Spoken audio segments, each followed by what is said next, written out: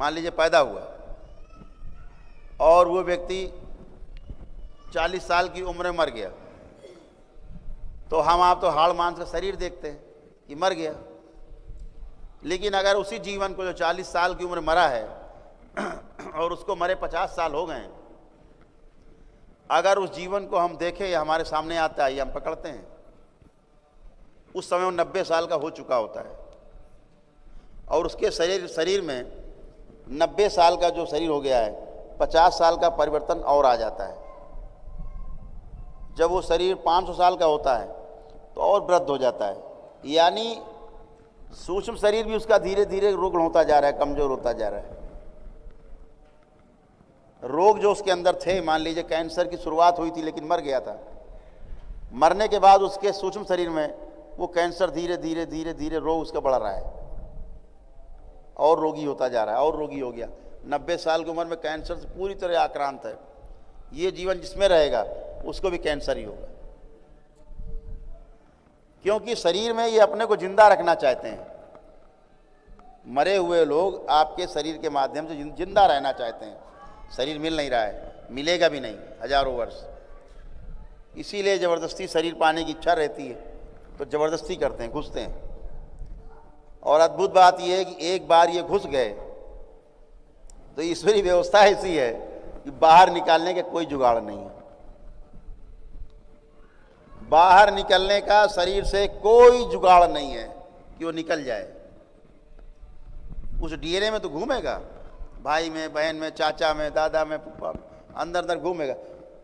शरीर से बाहर निकलने कोई जुगाड़ नहीं, क्योंकि आपने गलती की है। आप घुसे किसी के शरीर में जो ईश्वर आपको अनुमति नहीं देते, प्रकृति अनुमति नहीं देती, घुस जाते हैं। तो वो सब गंदगी जब चली जाती हैं तो आपके रोग भी कमज़ोर हो जाते हैं। तमाम रोग तो यहीं समाप्त हो जाते हैं आपके सामने। अभी जब आप खड़े होंगे एक एक करके आप रोज़ देखते हैं।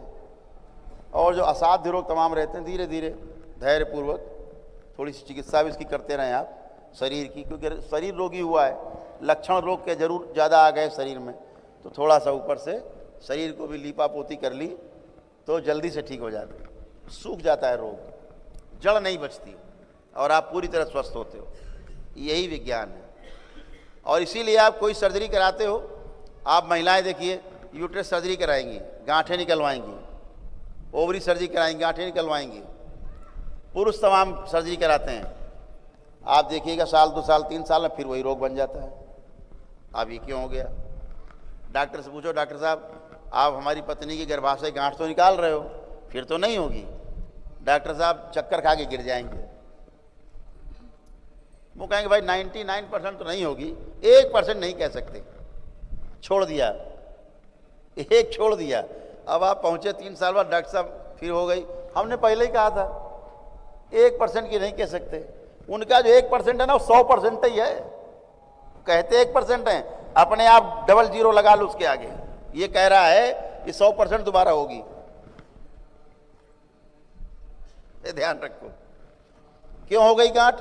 क्योंकि ऐसे जीवन आपके शरीर में रहते थे जिनके गर्भाशय में गांठ थी और मरे थे। वो गांठ उनके है, वो बार बार गांठ शरीर बनती रहेगी। आप एक सर्जरी नहीं 10 सर्जरी करा लो, वो गांठ बनना नहीं बंद होगी। कब तक? जब तक इस जीवन की मुक्ति नहीं हो जाएगी प्रेत योनि से। प्रेत योनि से मुक्ति जब तक इसकी नहीं होगी तब तक गांठ बनती रहेगी। इसीलिए कैंसर बार बार होता है आदमी को। एक बार ना किसी को दबाव दिया जाता है कि नहीं आप हवन ही करिए तभी ठीक होंगे। दरबार कहता है हवन करो चाहे नमन करो, पूजा पाठ करके भी आप ठीक हो जाते हो। हवन तो इसलिए कि आप एक समय में ठीक हो जाते हैं कि हमें 9 दिन में सब कर लेना है 9 हवन, और हम 9 दिन में ठीक हो जाएं, 10 दिन में, 11वें दिन में अपना ब्लैक मैजिक स्मृति कटा के अच्छे हो जाएं, पेशी वेशी कट जाएं। इतने बैठे सब की पेशियाँ कट गई, सारी पेशियाँ कट जाती, किसी की पेशी नहीं बचती। कितने लोग पेशियाँ आती, सब बैठे पेशी वाले लोग, सवारी वाले लोग, सबकी पेशियाँ कट जाती, कोई पेशी नहीं रह जाती। तो ये अद्भुत दरबार है आपका। जिस दरबार से आप जुड़े, अद्भुत दरबार है। कोई गंदगी शेष नहीं रहती, कोई भाव विचार नहीं रहता है। तमाम न्यूरो के पेशेंट होते हैं, जिंदगी भर से दवा खा रहे हैं, डॉक्टर कहते हैं पूरा जीवन भर खाना है, ऐसे तमाम लोग यहाँ डिप्रेशन का शिकार भी हैं। जो डिप्रेशन जिनको रहा है वो हाथ उठाएं, निसंकोच उठाएं। जिनको डिप्रेशन महसूस होता रहा है तमाम हाथ उठ रहे हैं। डिप्रेशन वाले हाथ नीचे कर लें। अब अपने को चेक कर लें, किसी को डिप्रेशन नहीं बचा। आज से दवा बंद डिप्रेशन, किसी को कोई डिप्रेशन नहीं बचा। जिस कारण से डिप्रेशन था, आंख बंद करके ढूंढेंगे आपको वो कारण भी नहीं मिलेगा जिसके कारण से आपको डिप्रेशन हुआ। आप करके देख सकते हैं।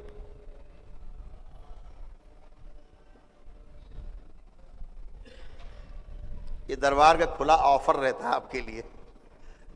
आप सब करिए, सारे अनुभव करिए। दरबार कहीं से गलत बोल रहा हो तुरंत जुबान पकड़ लीजिए, ये आप गलत बोल रहे हैं गुरुजी।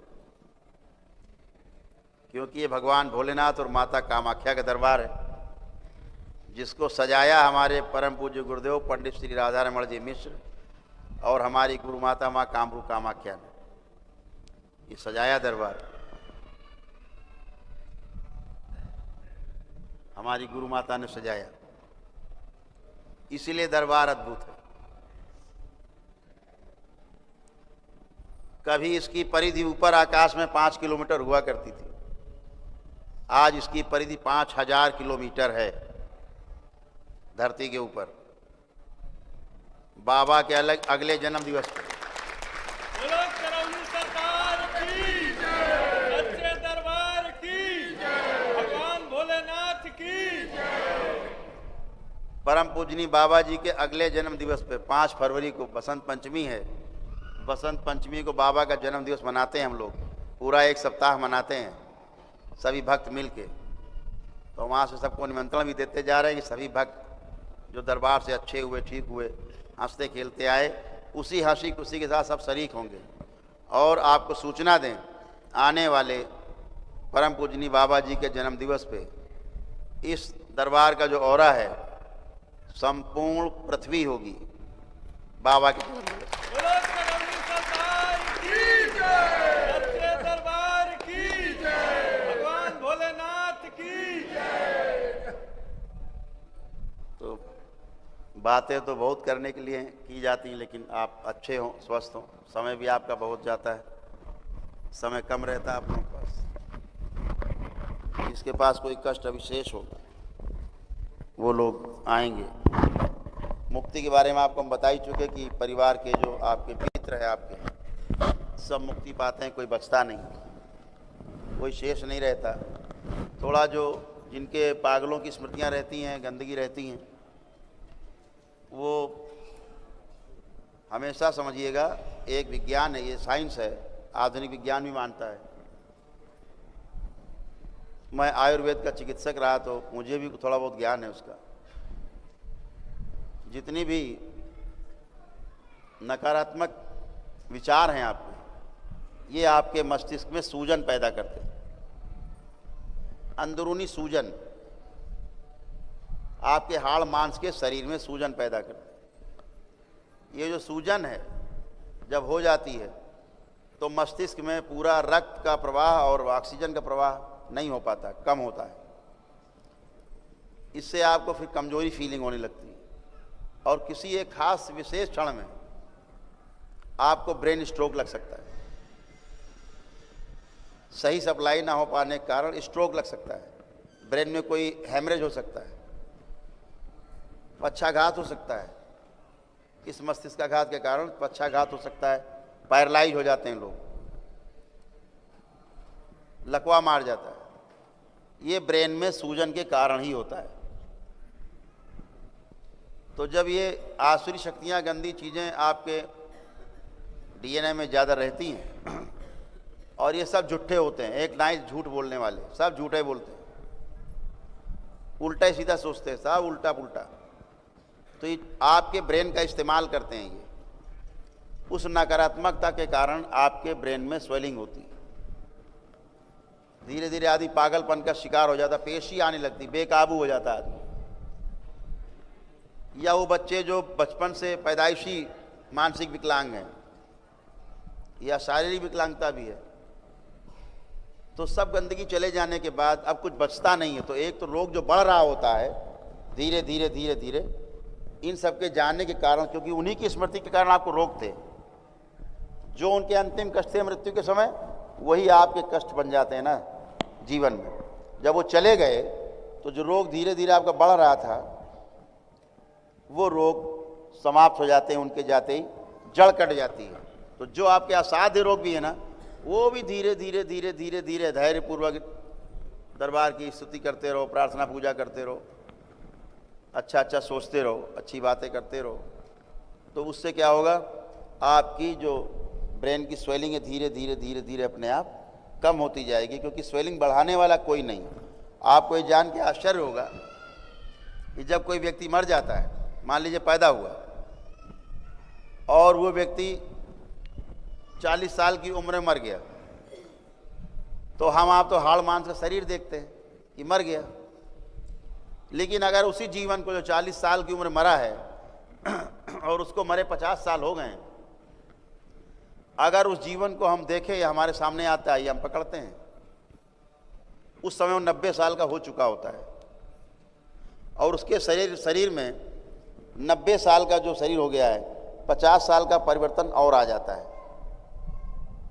जब वो शरीर 500 साल का होता है तो और वृद्ध हो जाता है। यानी सूक्ष्म शरीर भी उसका धीरे धीरे रुग्ण होता जा रहा है, कमजोर होता जा रहा है। रोग जो उसके अंदर थे, मान लीजिए कैंसर की शुरुआत हुई थी लेकिन मर गया था, मरने के बाद उसके सूक्ष्म शरीर में वो कैंसर धीरे धीरे धीरे धीरे रोग उसका बढ़ रहा है और रोगी होता जा रहा है और रोगी हो गया। 90 साल की उम्र में कैंसर से पूरी तरह आक्रांत है। ये जीवन जिसमें रहेगा उसको भी कैंसर ही होगा, क्योंकि शरीर में ये अपने को जिंदा रखना चाहते हैं। मरे हुए लोग आपके शरीर के माध्यम से जिंदा रहना चाहते हैं। शरीर मिल नहीं रहा है, मिलेगा भी नहीं हजारों वर्ष। इसीलिए ज़बरदस्ती शरीर पाने की इच्छा रहती है तो ज़बरदस्ती करते हैं, घुसते हैं। और अद्भुत बात यह है कि एक बार ये घुस गए तो ईश्वरीय व्यवस्था ऐसी है कि बाहर निकालने का कोई जुगाड़ नहीं है। बाहर निकलने का शरीर से कोई जुगाड़ नहीं है कि वो निकल जाए। उस डीएनए में तो घूमेगा, भाई में, बहन में, चाचा में, दादा में, पुप्पा में, अंदर अंदर घूमेगा। शरीर से बाहर निकलने कोई जुगाड़ नहीं, क्योंकि आपने गलती की है। आप घुसे किसी के शरीर में जो ईश्वर आपको अनुमति नहीं देते, प्रकृति अनुमति नहीं देती, घुस जाते हैं। तो वो सब गंदगी जब चली जाती हैं तो आपके रोग भी कमज़ोर हो जाते हैं। तमाम रोग तो यहीं समाप्त हो जाते हैं आपके सामने। अभी जब आप खड़े होंगे एक एक करके आप रोज़ देखते हैं। और जो असाध्य रोग तमाम रहते हैं, धीरे धीरे धैर्यपूर्वक थोड़ी सी चिकित्सा भी इसकी करते रहें आप शरीर की, क्योंकि शरीर रोगी हुआ है, लक्षण रोग के जरूर ज़्यादा आ गए शरीर में, तो थोड़ा सा ऊपर से शरीर को भी लीपा पोती कर ली तो जल्दी से ठीक हो जाता है। सूख जाता है रोग, जड़ नहीं बचती और आप पूरी तरह स्वस्थ होते हो। यही विज्ञान है। और इसीलिए आप कोई सर्जरी कराते हो, आप महिलाएं देखिए यूट्रस सर्जरी कराएंगी, गांठें निकलवाएंगी, ओवरी सर्जरी कराएंगी, गांठें निकलवाएंगी। पुरुष तमाम सर्जरी कराते हैं। आप देखिएगा साल 2 साल 3 साल में फिर वही रोग बन जाता है। अब ये क्यों हो गया? डॉक्टर से पूछो, डॉक्टर साहब आप हमारी पत्नी की गर्भाशय गांठ तो निकाल रहे हो, फिर तो नहीं होगी। डॉक्टर साहब चक्कर खा के गिर जाएंगे। वो कहेंगे भाई 99% तो नहीं होगी, 1% नहीं कह सकते। छोड़ दिया, एक छोड़ दिया। अब आप पहुंचे 3 साल बाद, डॉक्टर साहब फिर हो गई। हमने पहले ही कहा था 1% की नहीं कह सकते। उनका जो 1% है ना, वो 100% ही है। कहते 1% है, अपने आप डबल जीरो लगा लो उसके आगे। ये कह रहा है कि 100% दोबारा होगी। ये ध्यान रखो। क्यों हो गई गांठ? क्योंकि ऐसे जीवन आपके शरीर में रहते थे जिनके गर्भाशय में गांठ थी और मरे थे। वो गांठ उनके है, वो बार बार गांठ शरीर बनती रहेगी। आप एक सर्जरी नहीं 10 सर्जरी करा लो, वो गांठ बनना नहीं बंद होगी। कब तक? जब तक इस जीवन की मुक्ति नहीं हो जाएगी प्रेत योनि से। प्रेत योनि से मुक्ति जब तक इसकी नहीं होगी तब तक गांठ बनती रहेगी। इसीलिए कैंसर बार बार होता है आदमी को। एक बार आप सोचो, आप कैंसर है, कल्पना करिए आप। बच्चों वाली बात तो है नहीं, पढ़े लिखों की बातें हो रही, मशीनों की बातें हो रही हैं। आदमी आजकल आदमी से कम मशीनों पे ज़्यादा ट्रस्ट करता है। कैंसर हुआ मान लीजिए, आपने कीमो करा लिया, सर्जरी करा ली, थेरेपी करा ली, सारी रेडियोथेरेपी करा ली, सब कुछ हो गया। अब रिपोर्ट आती है, रिपोर्ट कहती है नील। आती रिपोर्ट, देखी होगी तब आप, कि अब नील हो गया। अब 2 साल बाद भैया फिर कहाँ से बन जाता है वहीं पे कैंसर। बोले रिपीट कर गया भैया फिर से। अरे फिर से क्यों रिपीट कर गया? जब आपने नील कर दिया, नील कर दिया, अब ये कहाँ से आ गया? या तो लिखोगे हाँ भाई थोड़ा बचा है, नील, और फिर हो जाता है 2 साल में। फिर आप सर्जरी कराते हो, फिर हो जाता है 1-2 साल में दोबारा। तिबारा बार जाते, चौथी कहते भैया आप घर जाओ, कुछ नहीं हो सकता।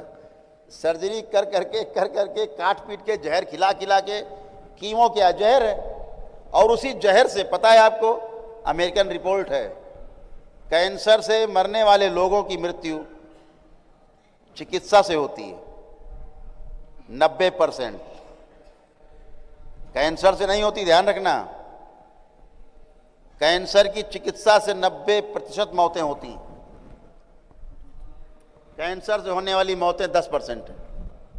चिकित्सा में मर जाता है आदमी, शरीर इस काबिल नहीं रहता कि जहर खा सके। अब फिर भी कीमो, ये लो कीमो, मर जाता है आदमी से। अब आदमी कहता भैया क्या करें, कैंसर था, मर गए। ये नहीं देख रहे कैंसर वाले अंदर लदे थे, जिनको कैंसर ही था, वो गए नहीं, इसलिए कैंसर जाएगा नहीं। अब वो तो मर गए, आदमी चुप हो गया। अब ये जो मर गए श्रीमान जी कैंसर से, अब ये भी आपके पित्र हो गए, अब ये भी आप पे लदे रहेंगे, फिर किसी कैंसर होगा। ये रोग ऐसे ही रिपीट होते रहते हैं। आप देखिए, जितने यहाँ पे थोड़ा सीनियर लोग बैठे हैं, जिनकी उम्र 50 साल से ऊपर है, आपको अच्छे से ध्यान होगा, अस्पताल बहुत कम हुआ करते थे। मेरे बचपन में यहाँ कानपुर में हमें ध्यान है 3 अस्पताल होते थे कुल, और एक प्राइवेट अस्पताल था, वो यहाँ नहीं था कानपुर में। कानपुर जिले से बाहर एक आउटस्कर्ट उन्नाव डिस्ट्रिक्ट पड़ता है बगल में, हुआ करता था, बंगाली थे, उनका था, प्राइवेट था। इस शहर में कोई प्राइवेट अस्पताल नहीं था। ये बात हम कर रहे हैं यहाँ से 40 साल पहले।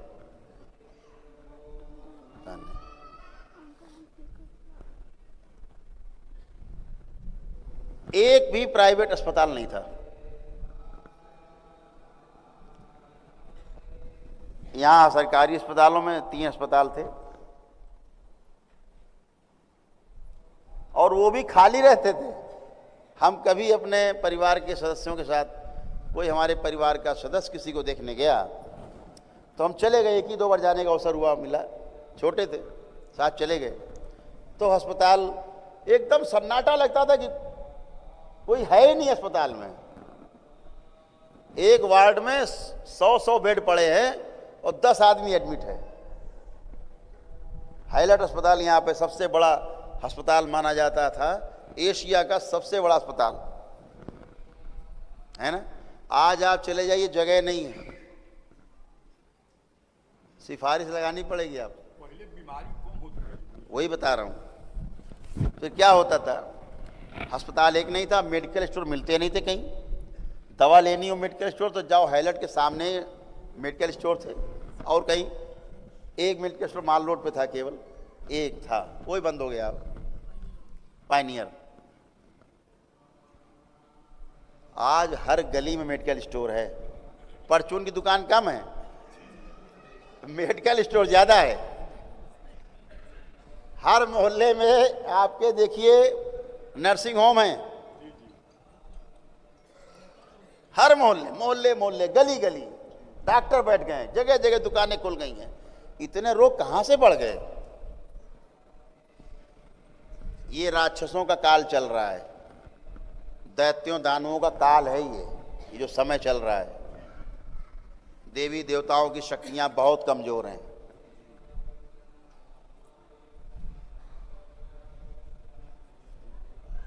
आसुरी शक्तियों का जो प्रभाव है बहुत ज्यादा है पूरे विश्व में। इस दरबार का यही काम है कि पूरे विश्व से आसुरी शक्तियों का प्रभाव कम किया जाए, और ये दरबार रोज यही करता है। इसीलिए दुनिया भर की, पूरे ब्रह्मांड की आभाएं इसी दरबार में आती हैं सेवा के लिए। शक्तिहीन हो गई हैं, ताकतवर होने के लिए आती हैं, क्योंकि सेवा ही उनका धर्म था। आज भी सेवा ही करना चाहती हैं और सेवा कर रही हैं आप सबकी। इसीलिए ये मेरी कोई अपनी कोई कारगुजारी नहीं कि आप अच्छे होते हो। हम तो कुछ नहीं करते, हम तो पहाड़ा ऐसा पढ़ते रहते हैं बस। हम कोई मंत्र जाप करते नहीं, पहाड़ा जैसा पढ़ते रहते हैं, पढ़ रहे हैं पहाड़ा, है ना। बोलते रहते हैं ये कर दो, ये हो जाए, वो हो जाए, ऐसा कर दो। अब हो जाता है, इसमें हमारा कोई दोस्त तो है नहीं। अरे आपके दर्शन से आदमी तृप्त हो जाता है। तो ये जो हो जाता है आप में, ये आपके अच्छे कर्म हैं, इसलिए हो जाता है। आपने उसके लिए हवन किए, आपने उसके लिए एनर्जी इकट्ठा की अपने पास तमाम सकारात्मक, तो नकारात्मक हट करके सकारात्मक वहाँ शिफ्ट हो जाती है। इतनी बात। ये सब चीज़ें आपको आपके ही कर्मों का, अच्छे कर्मों का फल है जो आपको मिलता है। दरबार तो केवल आपको गाइडेंस देता है, बाकी तो करते सब आप ही अपने लिए। इस दरबार से तो कुछ होता नहीं। दरबार क्या करेगा? तो यहाँ देखो, देवताओं में मनुष्यों में कोई ज़्यादा फर्क थोड़ा ना है। वो शरीर में नहीं है, आप शरीर में हो, इतनी बात है। अच्छे कर्म करके गए वो देवता कहला रहे हैं। आप अच्छे कर्म करके जाओगे, आप देवता हो जाओगे। देवता का अर्थ है कि आप में आपका जो कारण शरीर है बहुत ताकतवर हो गया है, दूसरों के आप सूक्ष्म शरीर को प्रभावित कर सकते हो, है ना। इतनी बात। तो सब काम आपके होते हैं, आप जैसा मन रखते हो, जैसे भाव रखते हो, वैसे ही आपको दरबार से वैसा ही मिलता है। चलिए, बहुत अच्छा है। आप सभी लोग स्वस्थ रहें, मस्त रहें।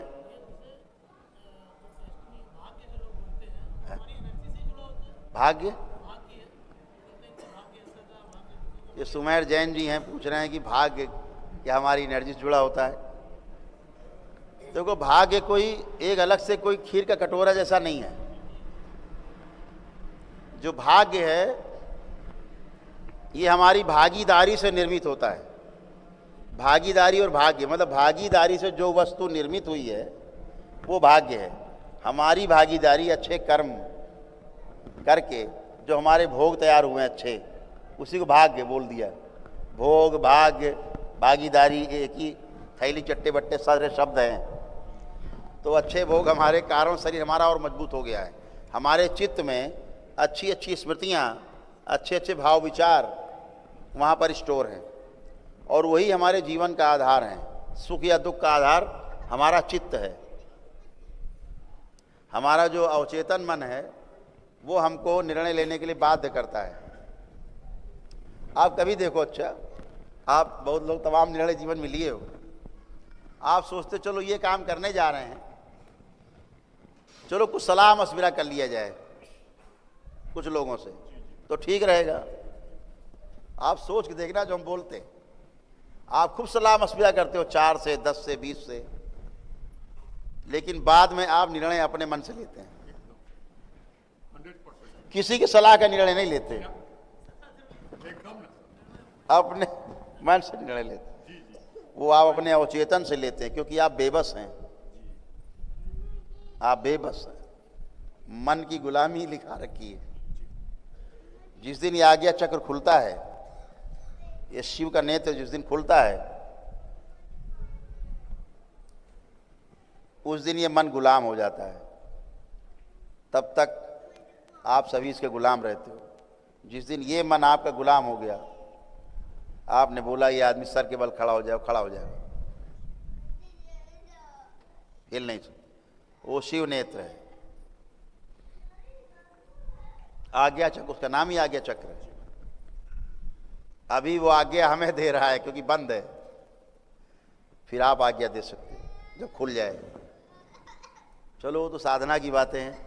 अभी तो ये है कि आपका भौतिक जगत जो आपकी रुचि है, अच्छा हो, आपका सबसे अच्छा हो, आप सुंदर हो, स्वस्थ हो, भौतिक शरीर आपके स्वस्थ हों, आपका परिवार स्वस्थ हो, आप सभी सुखी हों, निरंतर सुखी बने रहें, निरंतर समृद्धि बनी रहे, यही दरबार की शुभकामनाएं। हरि हर। एक एक करके आप लोग अभी